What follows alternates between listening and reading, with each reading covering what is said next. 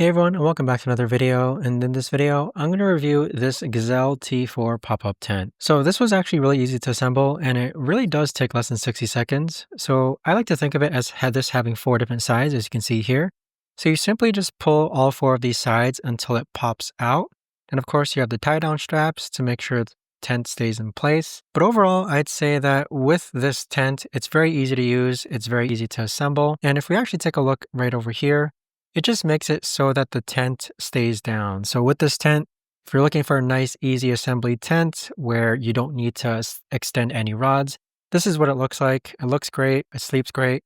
I'd say it sleeps comfortably like 2 to 3 people, and it does allow like 4 to 6 people, as you can see inside here, but a really neat way to actually go camping with you and your family. So overall, check it out. I've had no problems with it whatsoever. I've had this tent for about 5 years now, and it's still going strong. So overall, very pleased with it. I mean, check it out. I'm just missing the rain cover, which I'm about to put on right now.